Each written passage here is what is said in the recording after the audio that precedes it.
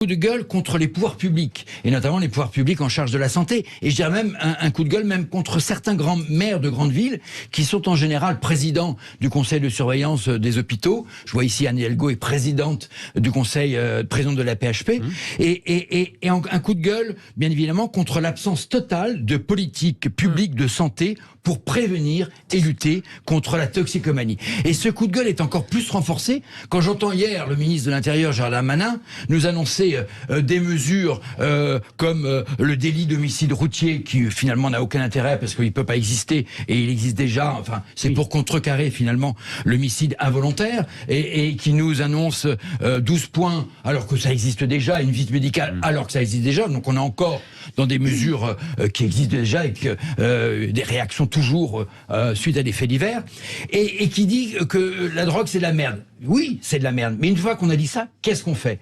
Et donc, mon coup de gueule, pardon, c'est bien sûr, il y a un coup de gueule à la limite où c'est sur le manque de prévention, bien évidemment, qu'on fait sur ces drogues. D'infirmières scolaires. Bien sûr. Alors, pas de prévention. Donc, alors, il y a un problème. On dit pas de prévention, on peut pas faire communication sur les produits interdits. Mais alors, qu'est-ce qu'on fait? Bon, là aussi. Si, on peut.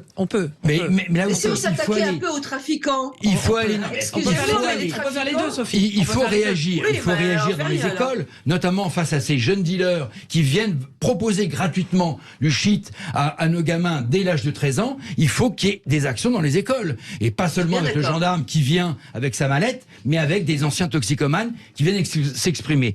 Et puis, deuxièmement, il y a un problème de soins. Et ça, j'y tiens vraiment personnellement. Il y a un problème de sevrage. Aujourd'hui, quelqu'un qui a un problème avec le chemsex, eh ben, il peut pas aller se faire sevrer s'il a envie de sortir de son addiction. Eh ben, aujourd'hui, il y a l'hôpital Marmottan où il y a 12 lits, il y a l'hôpital, la clinique Montevideo qui est gratuite où il y a 60 lits, tout est plein. D'ailleurs, on l'a vu, Pierre Palmade est allé en grande banlieue pour aller se faire soigner. Et il y a vraiment un décalage entre les faits aujourd'hui et effectivement ce qu'on en veut. Et aujourd'hui, il y aura une déferlante de cocaïne en Europe. Il y a une déferlante à travers les ports même français du Havre ou à Anvers ou même dans les petits ports bretons.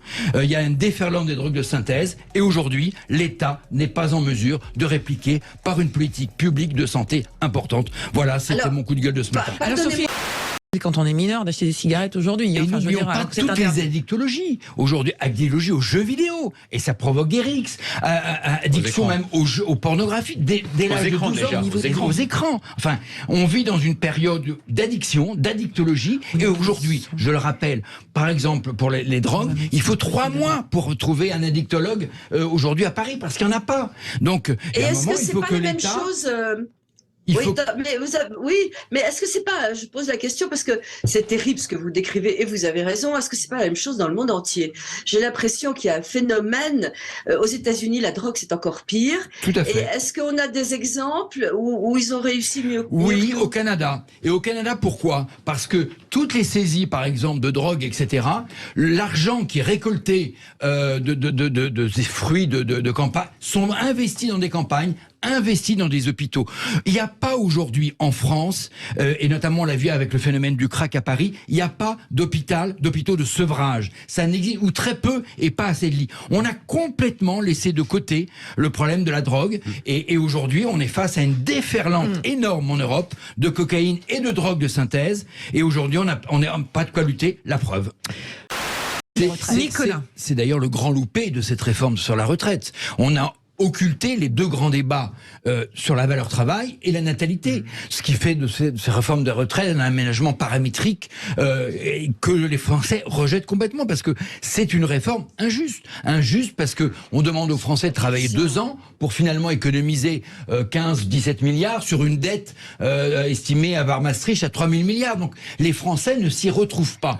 Je crois que Macron avait besoin quand même de retrouver, de renouer avec le tissu social, parce que ce tissu social aujourd'hui en France, il est brisé. Il y a quand même 2 millions de manifestants chaque semaine dans les rues, et les syndicats sont regroupés ensemble, même si aujourd'hui il y a une petite guéguerre entre Mélenchon et les syndicats, mais aujourd'hui il a besoin de renouer avec la valeur travail. Je finis juste. Et aujourd'hui, il n'a pas d'autre choix. D'ailleurs, ces communicants disent on va aller peut-être sur le concept pas travailler plus, mais travailler mieux. Bon, et ils sont en train de rechercher maintenant un nouvel homme d'attaque pour redonner aujourd'hui un peu de consistance à Emmanuel Macron. Parce que ce qui arrive dans les semaines à venir, c'est pas terrible. On va parler du projet de l'immigration. On va être obligé d'avoir le 49.3. Il y a un projet institutionnel de regrouper les législatives, de décaler les législatives et présidentielles. Ça il fera une réforme constitutionnelle, ça va être impossible. Et ça ne parle pas aux gens. Surtout. Et ça parle pas aux gens. On parle du projet de fin de vie. Bon, ça parle beaucoup aux gens. Oui, enfin, on va utiliser les mots, excusez-moi, mais on va utiliser les mots quand même. Suicide assisté, euthanasie. Je voudrais donc dire des deux mots termes sur assez durs attendez, que les Français sur lesquels dialoguons. Le dialogue va être quand même difficile. Donc aujourd'hui, il faut qu'ils sortent par le haut de cette réforme de retraite qui est un échec total et il avait besoin de renouer avec les Français. Voilà, alors il est sorti effectivement à Rungis. Je pense que c'est pas forcément le meilleur. Attendez, Sophie, alors d'abord Frédéric et Sophie de l'AFP. Donc effectivement... Alors ça va plaire aux syndicats qui, je rappelle quand même... le partage de la valeur. Je vous rappelle quand même qu'il y a quelques jours, les syndicats ont signé un accord pour redistribuer à partir d'entreprises de plus de 10 salariés les profits aux employés, entre guillemets. Soit par des participations, soit par des intéressements, soit par des primes Macron bis. Donc là aussi, Emmanuel Macron est face à cet accord des syndicats. Et puis, il y a plein de débats qu'il faut ouvrir. Est-ce que la semaine de 4 jours, finalement, ça n'irait pas et on n'irait pas dans le bon sens? Aujourd'hui, les Français recherchent pas forcément travailler plus, mais travailler mieux. Et d'ailleurs, Macron, ils sont en train de réfléchir à tout ça. Mais encore une fois, attention parce que je m'occupe de ces questions, notamment à Paris. Je le dis franchement, les jeunes n'y pensent plus, les jeunes ne prennent plus de préservatifs et ça devient dramatique parce que tout le monde maintenant sait qu'on peut vivre avec le sida, grâce aux trithérapies, on peut vivre maintenant, on peut même guérir du sida et ce genre de message, je suis très content bien évidemment, mais c'est double tranchant parce qu'aujourd'hui, et notamment, et on va en reparler tout à l'heure avec les drogues, avec etc., le chemsex et toute cette mouvance en ce moment, les jeunes oublient de se protéger et c'est un dramatique. Il faut faire attention et d'où la prévention. Ça a été une annonce ponctuelle, retrait des 12 points immédiats. Non. En cas de récidive, non, mais c'est ça le sujet. C'est voilà. Je pensais que c'était déjà fait d'avoir tiré le permis de conduire. Oui, on peut effectivement, on peut déjà. C'était il y a vraiment une annonce. Alors, on ne va pas dessus. N'oublions pas qu'il y a une hausse de 13% d'inflation aujourd'hui, et que les Français, les Français qui nous écoutent doivent être remontés parce que la ménagère qui va tous les jours faire ses courses au supermarché, elle sait que tous les prix ont augmenté aujourd'hui plus de 13%. Tous les prix, et il va y avoir effectivement un autre effet sur l'alimentation, c'est les conséquences de la sécheresse aussi dont on parle en ce moment et qui aura des répercussions, pas que dans le sud, mais l'agriculture française, et on en parlera la semaine prochaine au Salon de l'Agriculture. Apparemment. Je suis un homme de centre droit. J'ai beaucoup de sympathie pour François Ruffin. Je trouve que d'abord c'est quelqu'un qui parle du quotidien des gens qui souffrent. C'est quelqu'un qui lit beaucoup. Moi je dirais même c'est un intellectuel. Il écrit, il fait des films. Il parle du terrain. Il n'est pas dans les outrances et il est solide sur ses argumentaires, notamment géopolitiques. Il a beaucoup travaillé sur les questions migratoires. Et puis il est de gauche et il parle notamment des problèmes de sécurité. Et c'est rare qu'on est de gauche quand on parle des problèmes de sécurité. Et donc je trouve que c'est quelqu'un d'intéressant. Il s'implique beaucoup dans son territoire de la Somme. Et alors évidemment, il y aura une compétition avec Jean-Luc Mélenchon. Mais quand il fait une intervention, j'écoute avec sympathie et avec intérêt. Et par rapport à LFI, il se s'imposer dans le paysage de l'extrême gauche et de la gauche quand même, parce qu'il est seul, il est singulier, etc.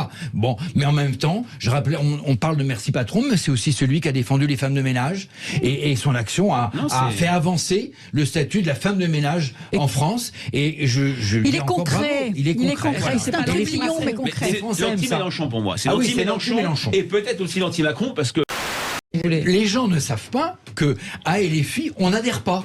Il n'y a pas de bulletin d'adhésion, contrairement à chez nous, les centristes ou dans d'autres partis politiques. On n'adhère pas à LFI. On est coopté. Et donc, finalement, c'est un parti politique. C'est dommage que les cabines téléphoniques n'existent plus.